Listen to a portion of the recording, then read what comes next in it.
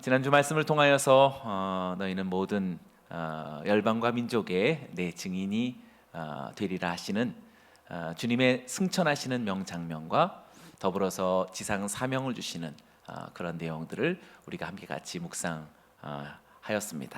주님의 승천이라고 하는 이 장면은 정말 생각하면 생각할수록 압도적인 영광의 장면임과 동시에 곧 구름 뒤로 사라져 버리는 우리 주님으로 인하여서 남은 자들에게는 뭔가 분명한 뚜렷한 확신과 그리고 마음에 다짐이 있지 않다면 더 이상 보이지 아니하시는 나사렛 예수로 인하여서 방황할 수 있고 또 잠시 우리 마음에 그늘이 지어질 수도 있는 그러한 이중적인 모습을 가지고 있다라고 보았습니다.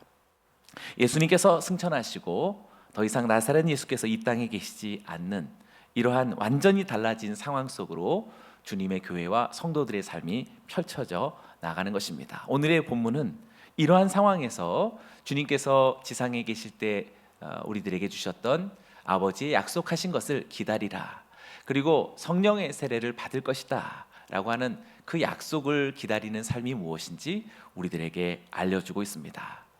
약속을 기다리는 그 기다림이란 무엇일까? 그리고 그 기다리는 삶이란 어떤 삶일까? 오늘 본문이 아주 중요한 단서를 가져다 줍니다.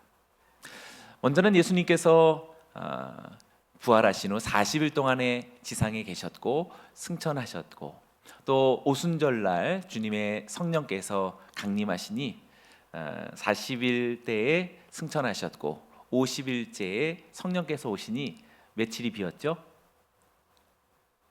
네, 열흘이 비어 있습니다. 네. 우리가 지금 성경을 다 알고 있어서 제자들은 열흘만 잘 참으면 되겠지만 제자들은 오순절날 성령이 강림하실지조차를 모르고 그러니 열흘이 남았다라는 그 시간도 사실은 모릅니다. 그러니 약속을 기다림이다라고 하는 그 기다림은 우리들에게 무척 고독한 삶을 갖게 해줍니다.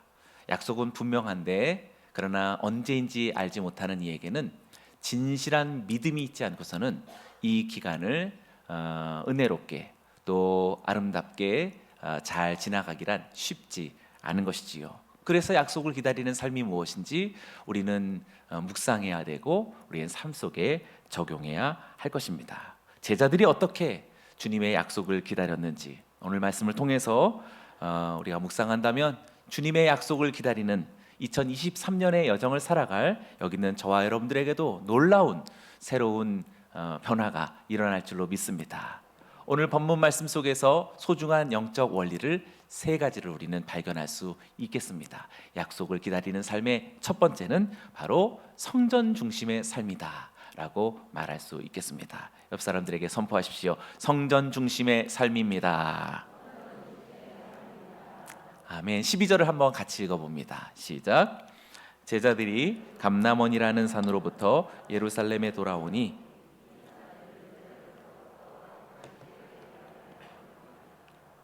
제자들이 감람원이라고 하는 산으로부터 예루살렘에 돌아왔다라고 말합니다. 감람원이라고 하는 산, 이것이 감람산이죠. 예수님께서 바로 이곳에서 승천하셨던 승천산이 되는 것입니다. 그런데 제자들이 이곳으로부터 예루살렘으로 돌아왔는데 지금 이 두 사이의 거리가 안식일에 가기에 알맞은 길이다라고 말하고 있습니다. 감람산은 예루살렘 동쪽에 있는 기드론 계곡 그 건너편에 있는 해발 814m 정도 되어지는 그런 아주 이렇게 비교적 높은 산이라고 말할 수 있겠지요. 이곳에는 우리가 유명한 겟세마네 동산도 있고 또 베단이라는 마을도 기슭에 자리 잡고 또 벳박이라고 하는 그런 성읍도 있습니다. 이렇게 우리들에게 익숙한 지명이 바로 이 감람산과 관련되어져서 형성되어지고 있는데요. 이 감람산이 아주 중요한 예언이 스가랴서 속에서 발견이 됩니다. 이 감람산이 어떠한 곳인지 스가랴서가 예언했는데 14장 4절의 말씀을 통해서 알 수가 있겠습니다. 한번 같이 읽어보겠습니다. 시작. 그날에 그의 발이 예루살렘 앞 곧 동쪽 감람산에 서실 것이요 감람산은 그 한가운데가 동서로 갈라져 매우 큰 골짜기가 되어서 산 절반은 북으로 절반은 남으로 옮기고. 우리 상반절에 그날에 그의 발이 예루살렘 앞 곧 동쪽 감람산에 서실 것이다 라고 그렇게 예언합니다. 여기서 말하는 그날에라고 하는 것은 마지막 날을 가리킵니다. 그리고 서실 것이다 라고 하는 여기서 말하는 그는 바로 심판주가 됩니다. 곧 그리스도의 재림을 가리키는 아주 중요한 그런 예언이 되는 것이지요. 어디에 주님이 재림하신다라고 스가랴서가 말하나요? 감람산에 재림하실 것이다 라고 말하는 것입니다. 그렇다면 주님은 감람산에서 승천하셨고 또 스가랴서에 의하면 감람산에 재림하실 것이다 라는 것을 우리는 알게 됩니다. 그래서 우리는 지난주에 주님께서 승천하실 때 천사들이 제자들을 다소 꾸짖듯 그렇게 얘기할 때 이렇게 말했죠. 너희 가운데에서 하늘로 올려지신 이 예수는 하늘로 가심을 본 그대로 오시리라. 올라가신 그대로 다시 오실 것이다 라고 재림과 유사한 그런 예고를 전해 주셨습니다. 천사들이 그렇게 예고한 것과 스가랴 선지자의 예언을 생각해 본다면 정말 예수님의 승천이 감람산에서 그리고 재림도 또 동일한 감람산에서 이루어지는 것이라고 말할 수 있겠습니다. 그러나 정말 문자적일 것이다라고는 생각할 수 없습니다. 그것은 매우 깊은 영적인 의미를 가지고 있습니다. 어떤 의미일까요? 누가가 말하려고 하는 핵심은 안식일에 가기에 알맞은 길이었다라는 것 속에서 발견할 수 있겠습니다. 감람산에서 주님의 영광스러운 승천을 보았던 제자들이 멀리 가지 않고 예루살렘에 머물게 되었는데 예루살렘에 머물고 있는 그 거리가 지금 안식일에 가기에 알맞은 길이었다라고 거리를 말해줍니다. 여기서 안식일에 가기에 알맞은 길이라고 하는 것은 유대인들에게는 매우 익숙한 표현입니다. 왜냐하면 유대인들은 안식일 날 너무 많이 걸을 수 없습니다. 멀리 갈 수도 없습니다. 어느 정도까지 가야 율법적인 범위 안에서 걷는 것이 될까요? 유대인들에게는 안식일에 2000규빗 이상을 걸을 수가 없습니다. 안식일에 여행할 수 있는 거리가 약 2000규빗인데 1규빗이 45.6cm이니까 2000규빗은 약 910여 미터가 됩니다. 1km가 좀 되지 않는 그 정도의 거리가 안식일 거리다라고 말할 수 있겠지요. 그러니 그들이 감람산과 가까운 약 반경 1km 안에 머물고 있었다라고 말할 수 있습니다. 그러니 여기 있는 우리 모두도 1km 안에 주님의 교회 근처에서 살아야 한다라고 문자적으로 본다면 그렇게 되겠지요. 계산해 보니까 제가 교회하고 집까지 2.8km더라고요. 저도 좀 반성해야 될 것 같다는. 왜 2000규빗이었을까? 유대인들은 출애굽 이후에 광야를 지날 때 안식일이 시작되어지는 금요일에 해질녘이 되면은 언약궤의 이동을 멈추게 됩니다. 그리고 언약궤를 중심으로 해서 반경 2000규빗 안에 출애굽 이스라엘들이 다 모여서 살게 되었던 것이지요. 그들이 이 2000규빗 안에서 장막을 멈추고 안식일을 지냈기 때문에 그들의 율법적 기준으로서의 안식일 거리는 2000규빗이 되었던 것입니다. 그러나 문자적일까요? 그렇지 않겠죠. 분명히 영적인 의미가 있다라고 생각됩니다. 감람산과 예루살렘이 가깝다라고 하는 것은 주님의 승천과 주님의 재림이 있는 그 산과 가까운 곳에서 머물면서 그것을 기다리고 바라고 목격하고 참여하는 것이다라고 말할 수 있겠습니다. 예루살렘은 바로 그러한 곳입니다. 주님의 약속이 이제 이루어지는 곳, 성령의 강림이 이루어지는 곳, 주님의 다시 오심이 성취되어지는 그곳을 바라볼 수 있고 목격할 수 있는 장소, 바로 그곳이 예루살렘이겠고, 그것이 팔레스타인 예루살렘이 아니라 예루살렘 성전을 가리키겠고, 건물로서의 성전이 아니라 정말 하나님의 임재를 볼 수 있고 주님의 오르락 내리락 하심을 만날 수 있는 바로 그곳이 예루살렘 성전이라고 말할 수 있는 것이지요. 문자적으로만 말한다면 여러분 성지순례를 가보면 알겠지만 감람산 주변에 무덤으로 즐비합니다. 온통 다 회색빛의 무덤입니다. 왜 무덤이겠습니까? 주님이 다시 오실 날에 가장 먼저 일어나려고 그런 믿음을 갖고 있어서 많은 돈을 지불하고 감람산 일대는 전부 다 무덤이 되고 있습니다. 지금 이와 같은 신앙에 기초한 것이지요. 그러나 여기 있는 저와 여러분들은 그렇게 문자적으로 이해하지 않고 또 영감으로, 영으로 이해하기에 오늘 우리가 예루살렘 성전을 중심으로 살아간다라는 사실은 저 팔레스타인에 있는 것에 주목하기보다 오늘 우리 모두가 주님의 오르심과 주님의 내리심, 주님의 영광스러운 승천의 감격과 그리고 주님의 임재, 주님의 계시, 성령의 역사, 그것을 바라보고 기다리고 그것을 경험하는, 바로 그것을 살아간다라는 것이 바로 예루살렘의 성전에 중심된 삶이라고 말할 수 있을 것입니다. 저는 여러분들이 이와 같이 성전에 중심된 삶으로서 주님의 약속을 기다리는 저와 여러분들이 되어지길 주의 이름으로 축원합니다. 아직 연약한 자들이라면 성령의 세례를 기다리십시오. 오늘도 이 성전 중심된 삶을 통하여서 하나님의 성령이 역사하실 줄로 믿습니다. 그리고 주님의 다시 오심을 기다린다면 우리 모두가 더욱더 성전 중심된 삶을 통하여서 주 다시 오심을 바라보는 저 감람산을 바라보는 이곳 예루살렘 성전의 삶을 살아가신다면 우리는 얼마든지 주님의 오심을 예비하는 마지막 시대의 성도들이 되어질 줄로 믿습니다. 그래서 사도행전을 쓴 저자가 누가복음서를 썼는데 누가복음서의 마지막이 어떻게 끝난지를 보면 그것은 정말 감동이라고 말할 수 있겠습니다. 누가복음서가 어떻게 끝났는지 아시나요? 누가복음서 24장 53절의 말씀입니다. 한 목소리로 같이 읽어봅니다. 시작. 늘 성전에서 하나님을 찬송하니라. 할렐루야. 늘 성전에서 하나님을 찬송하니라. 여러분들을 이야기하는 것이라고 말하고 싶습니다. 23년의 셋째 주를 맞아서 다른 곳으로 가지 않고 주님의 성전을 찾은 성전의 성도들이여 이곳에서 주님을 찬송하면서 우리 하나님 앞에 영광스러운 일에 참여하시기를 주의 이름으로 축원합니다. 주님의 승천에 감격하고 성령의 강림을 기다리는 삶, 주님의 다시 오심을 믿고 마지막 재림을 기다리는 삶, 하나님의 뜻이 있음을 알고 그 뜻이 이 땅에 성취되기를 바라는 기다리는 삶, 그것은 언제나 예루살렘의 성전에 중심된 삶이라고 말할 수 있겠습니다. 주님의 오르심, 승천, 주님의 내리심, 재림, 영적인 임재와 강림하심이 가까운 삶을 살아가는 것이야말로 정말 성전된 삶이라고 말할 수 있겠습니다. 그래서 요한복음서 1장의 마지막 구절은 우리 주님께서 육성의 말씀으로서 이렇게 말씀하셨습니다. 요한복음 1장 51절 큰 목소리로 같이 읽어봅니다. 시작. 또 이르시되 진실로 진실로 너희에게 이르노니 하늘이 열리고 하나님의 사자들이 인자 위에 오르락 내리락 하는 것을 보리라 하시니라. 아멘.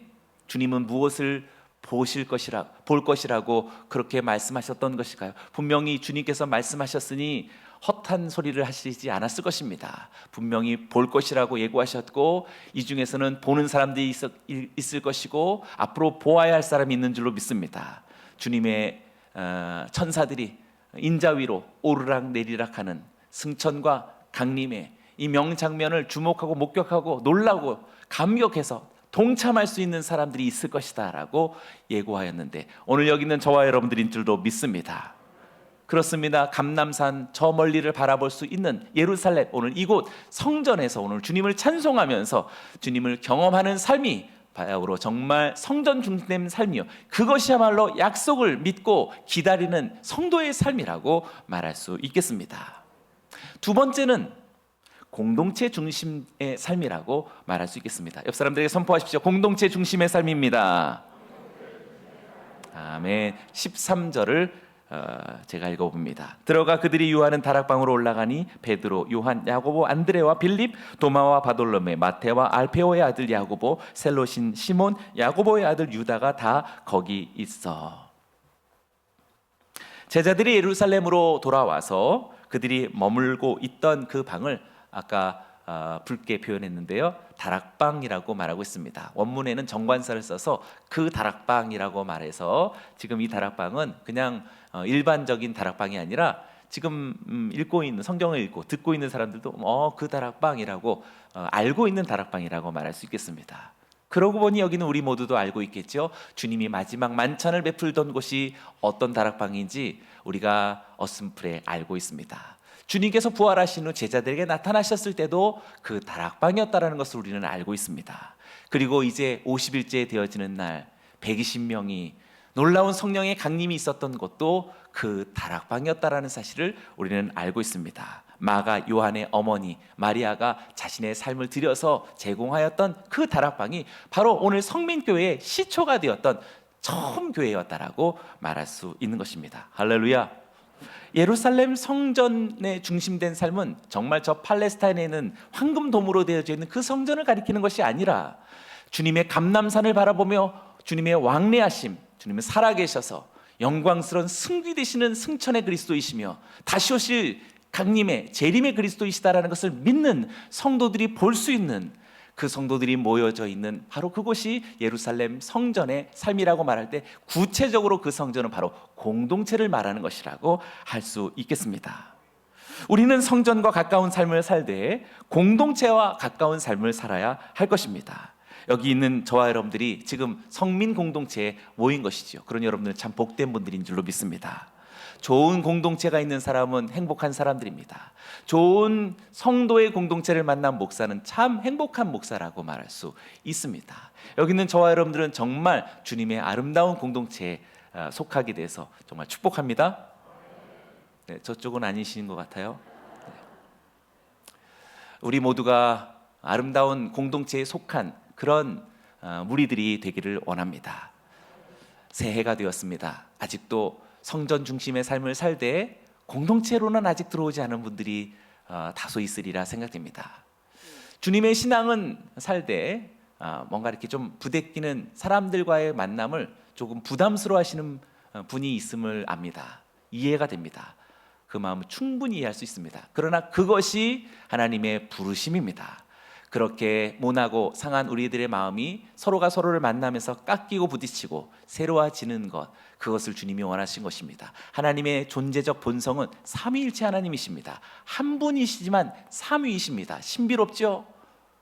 서로가 서로에게 고개를 기울이고서 성부가 성자에게, 성령이 성부께 서로에게 종속되고 서로에게 의지하고 서로에게 독자적인 그런 신비로운 존재가 바로 하나님이십니다. 하나님 존재 자체가 공동체이십니다. 사랑하는 여러분, 우리 모두가 성전 중심의 삶을 살되 이제 내가 조금 부담스럽고 어려운 사람일지라도 하나님이 사랑하시는 영혼이라고 여기고 함께 그 공동체에 참여하는 공동체적인 삶이 우리 모두에게 있기를 주의 이름으로 축원합니다. 이것이 바로 다락방의 제자들입니다. 이곳에서 우리는 성령의 세례를 받으며 이 공동체에서 우리는 주님의 다시 오심을 기다리는 것입니다. 이곳에서 우리는 주님의 영의 임재와 그리고 주님의 계시를 만나게 되는 것입니다. 13절에서 언급했던 이 여러 사람들의 언급은 사실 다 별 볼 일 없는 그런 사람들이었습니다. 어떻게 보면 가슴에 칼을 품고 있는 이는 젤로시디다라고 하는 시몬, 그런 사람들은 가슴을 뒤져보면 칼이 나올 것입니다.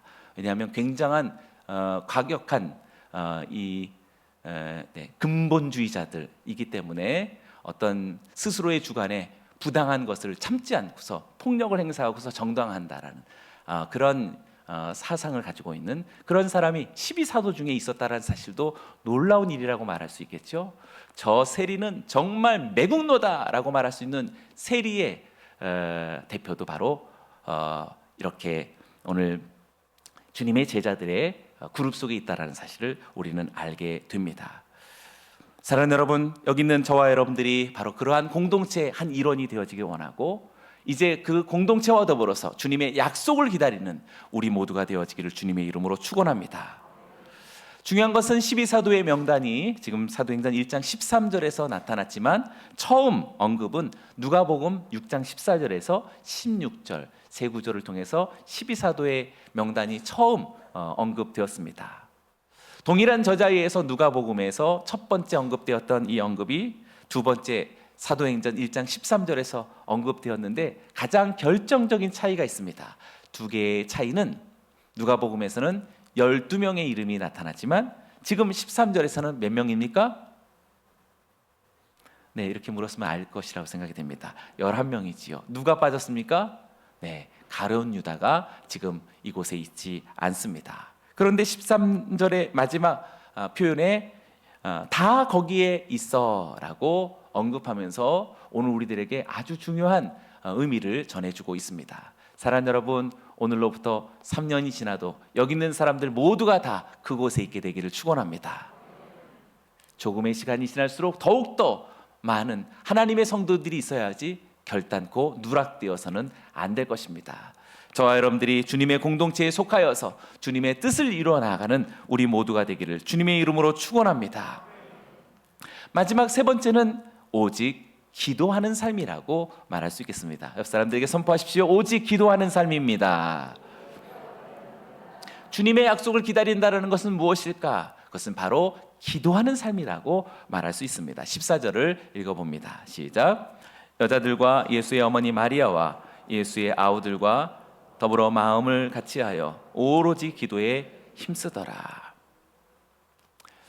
오늘 성경의 저자는 지금 먼저 여자들부터 언급하고 있고 예수의 어머니 마리아를 주목하며 나아가서 예수의 아우들까지 언급하고 있습니다. 여기 있는 이 세 그룹은 아마 120명을 설명하는 처음 언급일 텐데 이 그룹들이 사실 그렇게 대단한 아주 멋진 그룹이 아니다라는 것을 우리들에게 이야기하죠. 여자들부터 언급하는 것으로 보아 유대인들에게 있어서 여자들은 우리 한국 사람들이 지금은 많이 굉장히 평등화가 되었지만 과거에 있어서 여인들에 대한 우리들의 입장과 우리의 세계관이 무척 평가절하했듯이 지금 여기에서도 여인들을 언급하고 있는 것은 이 공동체가 당시의 사회 구조 속에서 마치 많이 소외된 그룹이었다라는 것을 알려주고 있습니다. 더불어 예수의 아우들이라고 하는 것도 우리가 그들의 면모가 어땠는지를 성경을 통해서 우리는 잘 알고 있습니다. 예수님의 아우가 어떤 사람들입니까? 야고보, 요셉, 유다, 시몬으로서 우리는 알고 있는데 그들이 처음부터 거의 끝까지 주님을 믿지 않았습니다. 요한복음 7장 5절을 보시면 이는 그 형제들까지도 예수를 믿지 아니함이러라 라고 그렇게 밝히고 있습니다. 예수를 믿지 않았습니다. 요한복음의 또 다른 곳에서는 예수님께서 초막절 때에 사람이 출세하려면 서울로 가야 된다라는 것처럼 예루살렘에서 자신을 드러내십시오라고 굉장히 세속적인 야망을 갖고 형인 예수님을 부추겼던 것을 우리는 잘 알고 있습니다. 심지어 마가복음 3장 21절에서는 이와 같이 말합니다. 예수의 친족들이 듣고 그를 붙들러 나오니 이는 그가 미쳤다 함이라. 심지어는 예수님을 가리켜서 미쳤다라고 하는 그런 표현까지 사용했던 이들이 바로 예수님의 형제들이었다라는 사실입니다. 이와 같이 연약하고 부족하여서 허물과 약점이 참으로 많았던 사람들이 다락방의 그 제자들, 그 공동체의 모습이었습니다. 그러니 여러분 교회에 와서 사람들의 모습을 볼 때 실망했다라는 것은 어떻게 보면 너무 당연한 것이라고 말할 수 있습니다. 그런 사람들이 모인 것이 사실 교회라는 것을 이상히 여기지 않았으면 좋겠습니다. 그러나 발전해 가고 있다는 것에 주목할 수 있게 되기를 원합니다. 여러분들이 생각하기에 좀 적절하지 않다, 여러분의 판단에 좀 그릇되다, 그것은 12사도 역시 마찬가지였다는 것을 잊지 않게 되기를 원합니다. 사랑하는 여러분, 바로 그 다락방의 제자들도 역시 그러했던 것을 알고 우리 모두도 공동체 속에서 끊임없이 주님의 하나 되어짐을 향하여서 나아가는 2023년에 우리 귀한 성민 공동체가 되기를 원합니다. 그럼에도 불구하고 그들이 연약하고 심지어는 미련하고 어리석음에도 불구하고 복된 사람이었던 까닭은 그들이 아버지의 약속이 있다는 것을 믿었고 그리고 그것을 끝까지 기다렸다는 것에 가장 중요한 결정적인 차이가 있습니다. 그러니 그릇된 모습, 내가 보기에 판단에 적절하지 않은 모습들을 보고서 이렇게 떠나는 사람들이 있는데 어떻게 보면 그러한 사람들일수록 더욱더 기다림이 무엇인지를 묵상해야 되는 사람입니다. 얼마든지 내 판단에 아니다라고 해서 떠날 감정은 누구에게나 있습니다. 그러나 아버지의 약속을 기다리는 이 제자들은 모두가 함께 이 자리를 떠나지 않고 성전을 떠나지 않고 공동체를 떠나지 않고 마침내 결정적인 복된 지혜로운 그런 이유가 무엇인지를 밝히는데 오늘 14절에 바로 마지막 표현이었다라고 말할 수 있습니다. 다시 한번 우리 14절을 큰 소리로 읽고 마치겠습니다. 시작.